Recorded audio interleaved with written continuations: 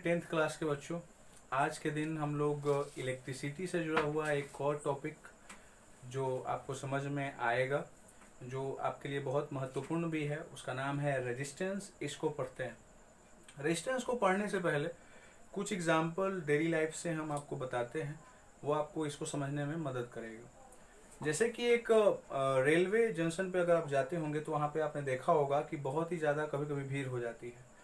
अगर उसमें लाइन में लोग लगे हुए हैं तो विंडो तक जाने में कोई दिक्कत नहीं होती है, टिकट खिड़की तक जाने में कोई दिक्कत नहीं होती है। लेकिन अगर अनइवन लाइन लगा हुआ है तो आपस में लोग फ्रिक्शन क्रिएट करते हैं और जिस रफ्तार से आप जाना चाहते हो टिकट खिड़की के पास, उस रफ्तार से आप नहीं जा पाते हो। तो जैसे आपके मोशन को रोकने का काम वहाँ पर आपस में फ्रिक्शन कर रहा है, उसी तरीके से रेजिस्टेंस जो है वो इलेक्ट्रिक करंट के मोशन को रोकने का काम करता है। ध्यान से देखिए, ध्यान से सुनिए, आपके मूवमेंट को रोकने का काम कौन कर रहा है? आपस में जो आप टकरा रहे थे एक दूसरे से, वैसे ही इलेक्ट्रिक करंट के मूवमेंट को रोकने का या अपोज करने का काम कौन करता है? जब इलेक्ट्रॉन आपस में टकराते हैं। तो ध्यान से देखिए, मैं आपको एक पिक्चर के द्वारा भी समझाता हूं। मान लीजिए ये एक वायर है, मान ही लीजिएगा, मेरा पिक्चर थोड़ा सा खराब रहता है, ठीक है, और इसमें इलेक्ट्रॉन इस तरीके से है और ये इलेक्ट्रॉन न्यूट्रल रहता है। और आपने पढ़ा था कि जैसे ही इसमें हम लोग इलेक्ट्रिक करंट देते हैं तो इलेक्ट्रिक पोटेंशियल आ जाता है, पोटेंशियल डिफरेंस आ जाता है, जिससे ये इलेक्ट्रॉन मूव करना शुरू हो जाता है। और जैसे ही ये मूव करेगा, फ्री इलेक्ट्रॉन्स ऊपर नीचे दाएं बाएं आगे पीछे, तो ये आपस में टकराएगा। और इनके आपस में टकराने से क्या होगा? एक तो एनर्जी लॉस होगा, ये एनर्जी लॉस करेंगे, और दूसरा ये रेजिस्ट करेंगे। रेजिस्ट का मतलब होता है विरोध करना, प्रतिरोध करना, है ना। और ये किसका विरोध करेंगे? तो इस इलेक्ट्रॉन के मूवमेंट को, आपस में टकराएंगे। तो एक और चीज आप देख लो, अगर यहाँ से अगर ऐसे जा रहे हो और यह एक रोड है, ठीक है ना, इस रोड पर गाड़ियां चल रही हैं और ये गाड़ी अगर इस तरीके से मूवमेंट में है, ये गाड़ी सपोज मान लो, है ना, तो ये गाड़ी अगर ऐसे नॉर्मली चल रही है एक के पीछे एक, तो कोई दिक्कत नहीं है, ठीक है।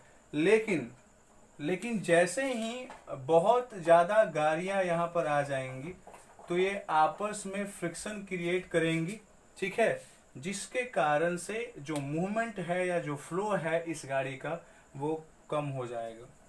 तो ये समझ में आपको आया होगा ये एग्जाम्पल। दैट मीन्स रेजिस्टेंस पैदा होता है किसी भी कंडक्टर में, तो वो इलेक्ट्रॉन के आपस में टकराने से। अब हुआ कि रेजिस्टेंस किसे कहा जाता है, तो यह एक प्रॉपर्टी है, the property of conductor by which it's opposes, यह अपोज करता है, विरोध करता है, द मोशन ऑफ या द मूवमेंट ऑफ करेंट, या जो करंट मूव कर रहे हैं, या करंट क्या है? इलेक्ट्रॉन है। तो इलेक्ट्रॉन्स के मूवमेंट को वो क्या करने लगता है? विरोध करने लगता है। तो रेजिस्टेंस है जो है वो हमेशा करंट का क्या करेगा?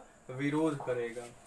इसका जो डिनोट होता है, मैंने इसको डिनोट कैसे किया जाता है? तो it is denoted by R. इसको आर से सूचित किया जाता है, या कहीं पे दिखाना हो तो आर से, बिकॉज रेजिस्टेंस आर से शुरू होता है, तो आर से ही दिखा दीजिए। इसके बाद इसका ऐसा यूनिट है, अगर मान लीजिए मापना है इसको तो किसी न किसी यूनिट में मापिएगा। तो व्हाट इज द ऐसा यूनिट ऑफ इट?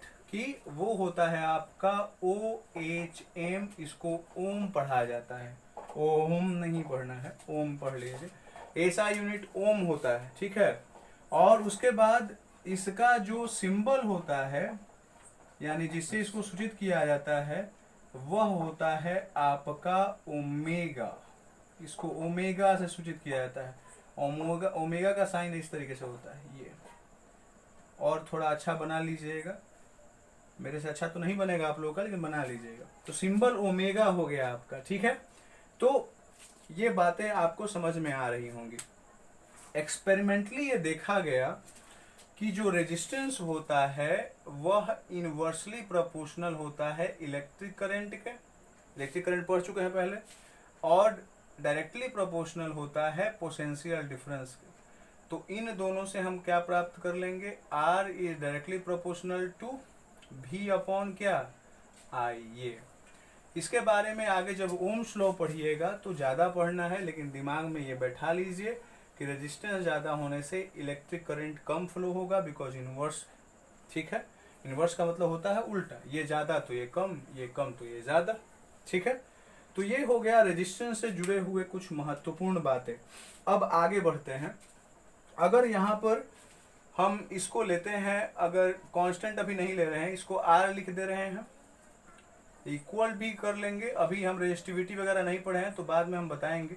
अगर इसको इस रूप में ले रहे हैं तो रेजिस्टेंस को हमको किससे डिनोट करना है, ओमेगा से या ओम से। तो इसको हम 1 ओम मान लेते हैं, ठीक है। तो 1 ओम बराबर क्या होगा, 1 वोल्ट बाई 1 एम्पियर। ये तो बहुत बार एग्जाम में ये पूछा जाता है कि what is 1 ohm, what is 1 ampere, what is 1 volt. इससे question maximum time 3 number 2 marks का ये क्वेश्चन आते रहते हैं। तो मैं डिफाइन कर देता हूं 1 ओम को।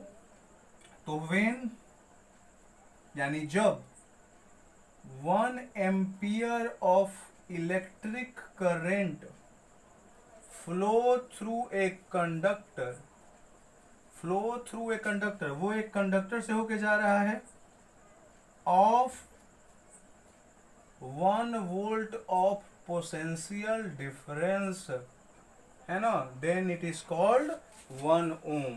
यानी जब कोई 1 एम्पियर का इलेक्ट्रिक करंट फ्लो करेगा किसी भी कंडक्टर से, है ना, ऑफ 1 वोल्ट ऑफ पोटेंशियल, जिसका पोटेंशियल डिफरेंस कितना होगा 1 वोल्ट का, देन उसको हम 1 ओम कहते हैं। इसको आप तैयार कर सकते हैं, इसको आप तैयार कर सकते हैं। तैयार करने की जरूरत है, अगर आप इसको याद करिएगा तो भूल भी सकते हैं आप इसे, ठीक है। तो थोड़ा ध्यान दीजिएगा। अब बढ़ते हैं आगे, ठीक है।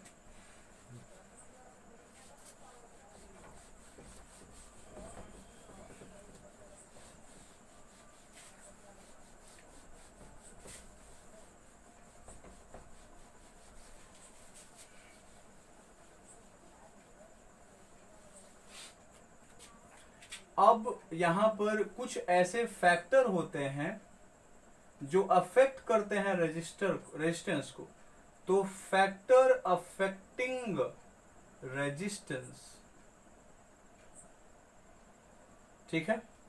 कुछ ऐसी चीजें हैं जो अफेक्ट करती हैं रेजिस्टेंस को। तो वो क्या है, अब बारी बारी से पढ़ने वाले हैं, ठीक है। तो पहली चीज जिस पर डिपेंड करता है, ठीक है, on length of conductor. Length of conductor, conductor मतलब वही वायर, वायर से इलेक्ट्रिक करंट जाता है। तो इलेक्ट्रिक करंट जब वायर से होकर के जाता है तो उसका लेंथ कितना बड़ा है, इस बात पर यह डिपेंड करता है कि उसका रेजिस्टेंस कितना होगा। यानी जितना ज्यादा लेंथ होगा, कहने का अर्थ यही है कि जितना ज्यादा लेंथ होगा उतना ही ज्यादा क्या होगा, रेजिस्टेंस होगा। इसको फर्स्ट मान लीजिए, जितना ज्यादा लेंथ उतना ज्यादा रेजिस्टेंस, ठीक है। इसको इस तरीके से लिख लीजिए, जितना ज्यादा लेंथ होगा उतना ज्यादा आपका रेजिस्टेंस होगा। यानी लेंथ बढ़ने से रेजिस्टेंस बढ़ जाएगा। इसको समझने के लिए आपको कुछ एग्जांपल लेना पड़ेगा। देखिए कैसे, ये रोड वाला एग्जांपल बहुत अच्छा होता है। देखिए अगर मान लीजिए आपको यहां से, ये आपका स्कूल है, ठीक है, और यहां से आपको जाना है पटना, और फिर आपको एक बार और अपने स्कूल से ही दिल्ली जाना है टूर पे, ठीक है। अभी आप खुश हो गए होंगे टूर का नाम सुन के। तो स्कूल से जैसे ही आप पटना की तरफ बढ़िएगा तो यहाँ से यहाँ आने पर अगर मान लीजिए कि एक नियम लगा दिया गया कि आपस में 2 गाड़ियां या 3 गाड़ियां टकराएंगी ही टकराएंगी, तो आप स्कूल से पटना जाने में कम से कम 10 बार टकराइएगा। लेकिन अब वही स्कूल से अगर आपको दिल्ली जाना हो तो इसी की मात्रा बहुत ज़्यादा बढ़ जाएगी, क्योंकि डिस्टेंस ज़्यादा बढ़ गया। तो डिस्टेंस ज़्यादा बढ़ने से आपस में फ्रिक्शन होने की संभावना, आपस में टकराने की संभावना क्या हो जाती है, ज़्यादा हो जाती है। उसी तरीके से एक कंडक्टर में अगर मान लीजिए ये वायर है, तो अगर इतना छोटा है तो इसमें इलेक्ट्रॉन मान लीजिए इतनी दूर ही ना टकराएगा, लेकिन अगर इतना बड़ा हो जाएगा, मान लीजिए इतना बड़ा वायर है, तो इसमें जब इलेक्ट्रॉन आगे में मूव करेगा तो देखिए इसमें इतनी ज़्यादा संभावना है, यहाँ से यहाँ तक संभावना है, इसमें यहाँ से यहाँ तक संभावना है। इसका मतलब कि इसमें रेजिस्टेंस क्या होगा, कम होगा, इसमें रेजिस्टेंस ज़्यादा, क्योंकि इसमें ज़्यादा टकरा रहा है। ठीक है, तो पहला चीज जो है वो यही है कि लेंथ ऑफ कंडक्टर पर डिपेंड करता है रेजिस्टेंस। और किस तरीके से, तो length, resistance is directly proportional to length, यानी लेंथ बढ़ेगा तो रेजिस्टेंस आपका क्या होगा, बढ़ेगा।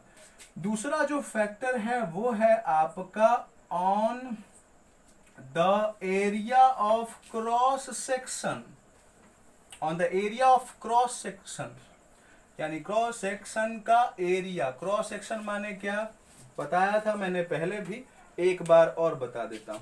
मान लीजिए ये वायर मान लेना है, तो इस वायर में ये जो आपको दिख रहा है ना यहाँ पर, इसी को क्रॉस सेक्शन कहा जाता है, और इसी का एरिया जो है वो क्रॉस सेक्शन एरिया कहलाता है। तो on the area of cross section, या मोटाई भी बोल सकते हैं, विड्थ भी बोल सकते हैं। तो यहाँ पर ये कैसे होता है, तो यहाँ पर ध्यान दीजिए, जो रेजिस्टेंस होगा वो इनवर्सली वेरिएट होगा एरिया ऑफ क्रॉस सेक्शन के। चलिए इसको भी एग्जांपल से समझ लेते हैं। अब जो ये टूर आप लगा रहे थे, अब ये जो टूर था वो आपका NH98 पर था। पहले जमाने में आपने, पहले जमाने में नहीं, पहले जब आप रोड देखे होंगे, पहले का जो रोड होता था बहुत ही पतला होता था, इतना पतला। तो इसमें जब गाड़ियां चलती थी ना, और जब एक दूसरे तरफ से आते रहती थी तो लड़ने की संभावनाएं ज्यादा होती थी, क्योंकि पतला होता था। तो एक गाड़ी को रुक जाना होता था या किनारे हो जाना होता था, मतलब दोनों मूवमेंट में पास नहीं कर सकती थी। अगर पास करेंगी भी तो एक्सीडेंट होने की संभावना ज्यादा होती थी। लेकिन आज का रोड ये इतना बड़ा हो गया है। इसका मतलब यही है कि जितना बड़ा रोड होगा, जितना विड्थ होगा रोड का, उतना ही कम रेजिस्टेंस होगा।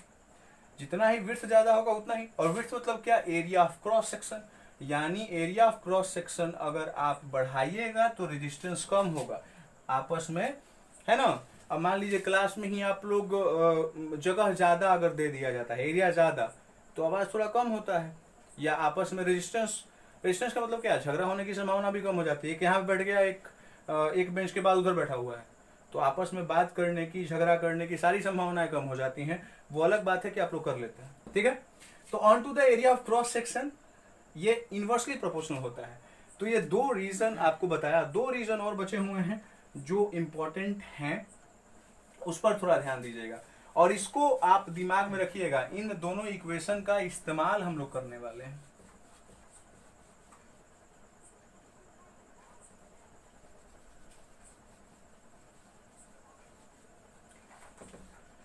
तो द थर्ड फैक्टर इज कि